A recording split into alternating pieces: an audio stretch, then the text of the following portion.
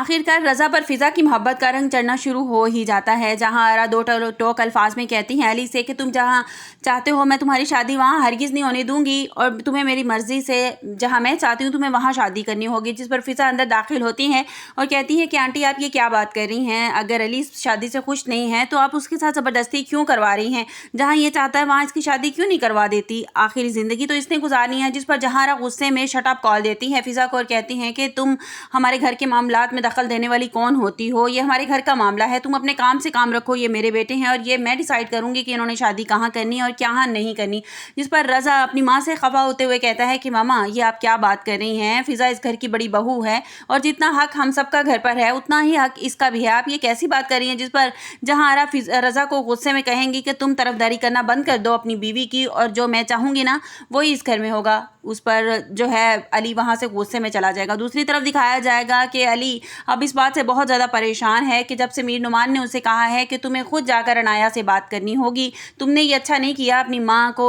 उसकी फ्रेंड्स के सामने तुमने ये क्यों मान लिया कि तुम शादी करने के लिए तैयार हो। अब इस चीज़ का यही हल है कि तुम जाकर अनाया से खुद बात करो, उसे समझाओ कि तुम ये शादी नहीं करना चाहते। अनाया यही उससे बात करने के लिए उसे एक रेस्टोरेंट में बुलाता है। जैसे ही वो रेस्टोरेंट में उसके पास बैठता है बड़े प्यार से उससे बात करता है, उसका हाथ थाम कर उसे कहता है कि अनाया तुम बहुत अच्छी हो, एजुकेटेड हो, सब सारी खूबियाँ सारी क्वालिटीज़ हैं तुम्हारे अंदर, लेकिन मैं तुमसे शादी नहीं कर सकता क्योंकि मैं किसी और से मोहब्बत करता हूँ। यही वो बातें कर रहे होते हैं कि ऐन उसी लम्हे आयज़ा अपने दोस्तों के साथ वहाँ पर खाना खाने के लिए आ जाती है और जैसे ही आयज़ा अनाया को रज़ा उसके साथ अली के साथ देखती है तो उसके पैरों तले से ज़मीन निकल जाती है। वो किस तरह हाथों में हाथ डाल के बैठे हुए हैं, तो वो उसे इस बात पे शक हो जाता है कि अली जो है मुझे धोखा दे रहा है, मेरे साथ फ्लर्ट कर रहा है, वो असल में अपनी माँ के फ़ैसले से खुश है, वो भी अनाया में इंटरेस्ट लेने लगा है। तो वहाँ से वो गुस्से में वहाँ से चली जाती है और वो बहुत ज़्यादा परेशान होती है। जैसे ही वो निम्रा को पिक करती है तो निम्रा उससे पूछती है आयज़ा से कि क्या बात है, तुम इतनी उलझी सी कुछ परेशान दिखाई दे रही हो। जिस पर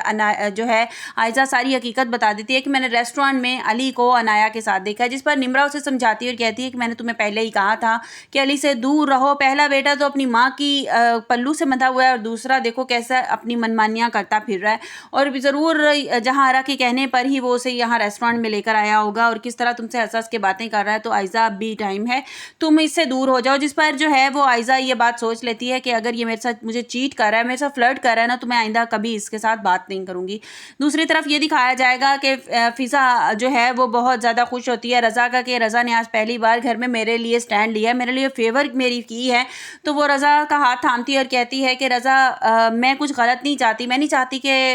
मैं आंटी के ख़िलाफ़ नहीं जाना चाहती, लेकिन मैं चाहती हूँ कि अब हर चीज़ में मेरे साथ रहें, मैं कभी भी कुछ गलत नहीं करूँगी आपकी माँ के साथ। मैं जानती हूँ कि आपकी नज़र में आपकी माँ की बहुत ज़्यादा अहमियत है, मैं कभी उन्हें बुरा नहीं कहूँगी, लेकिन घर में अगर मेरे साथ कोई बुरा करता है ना तो एटलीस्ट आपको मेरा साथ देना चाहिए। दूसरी तरफ दिखाया जाएगा कि बेगम नवाज़ जैसे ही अनाया उनको बताएगी कि अली ने मुझे शादी से इनकार कर दिया, तो बेगम नवाज़ बहुत ज़्यादा खफा होंगी और जहाँ आरा के पास पहुँच जाएंगी और कहेंगी कि ये क्या तरीका है, पहले तो तुम मैं बता देना चाहिए था कि अली शादी से खुश नहीं है, तुम मुझसे यही कहती रही हो कि अली इस शादी से राज़ी है, अली इस शादी से राज़ी है और तुम तैयारियां तुम हम सब ने शुरू कर दी और अब तुम कह रही हो, तुम्हारा बेटा कह रहा है कि ये जो है मैं अब शादी नहीं करना चाहता। और जहाँ आरा कहती है कि आप नाराज़ ना हो, मैं अली को समझाऊंगी, ज़रूर वो किसी के बहकावे में आके ये सब कुछ कर रहा है, उसके पीछे कोई लड़की है जो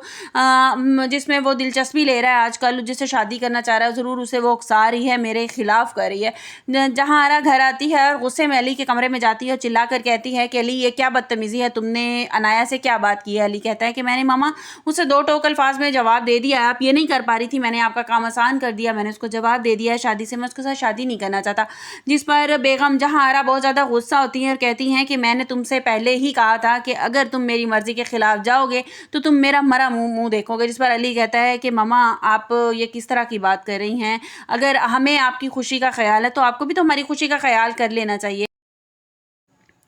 आने वाले एपिसोड में आप लोगों को यही दिखाया जाएगा कि जहां आरा की हट धर्मी और उसकी जिद आखिरकार उसके बेटों को ही उससे दूर कर देगी। अब रज़ा ने जिस तरह से वो फ़िज़ा को तलाक देने के लिए तैयार नहीं था और मीर नोमान जिस तरह उसको समझा बुझा के फ़िज़ा को घर ले आते हैं और जहां आरा के तो पैरों तले से ज़मीन ही निकल जाती है ये देखकर कि मैं तो इसे तलाक दिलवाना चाह रही थी और इसको मीर नोमान जो है वो घर ले आया। वो हर चीज़ का कसूरवार मीर नोमान को ही ठहराती है कि अली अगर रिश्ते से अनाया से इनकार कर रहा है तो इसमें भी जो है वो मीर नोमान का ही कसूर है। और आगे जब उसको ये पता चलेगा, जहांआरा को ये पता चलेगा कि अली जो है वो फ़िज़ा की बहन मतलब कि आयशा से शादी करना चाहता है, फिर वो फ़िज़ा की वो हो जाएंगी, जान की दुश्मन बन जाएंगी। पहले भी हैं, कुछ और बन जाएंगी कि इसकी वजह से इसने वर्गलाया मेरे बेटे को, अपनी बहन को कहा है कि मेरे बेटे पर, मासूम मेरा बेटा था, उस पर डोरे डाले, और ताकि दोनों इस बहनें इस घर में आ सकें और मुझे तंग कर सकें। आपको मेरी वीडियो कैसी लगी कमेंट्स बॉक्स में अपनी कीमती राय का इजहार ज़रूर कीजिएगा। मिलते हैं एक नई वीडियो के साथ। अपना बहुत सा ख्याल रखिएगा। अल्लाह हाफिज़।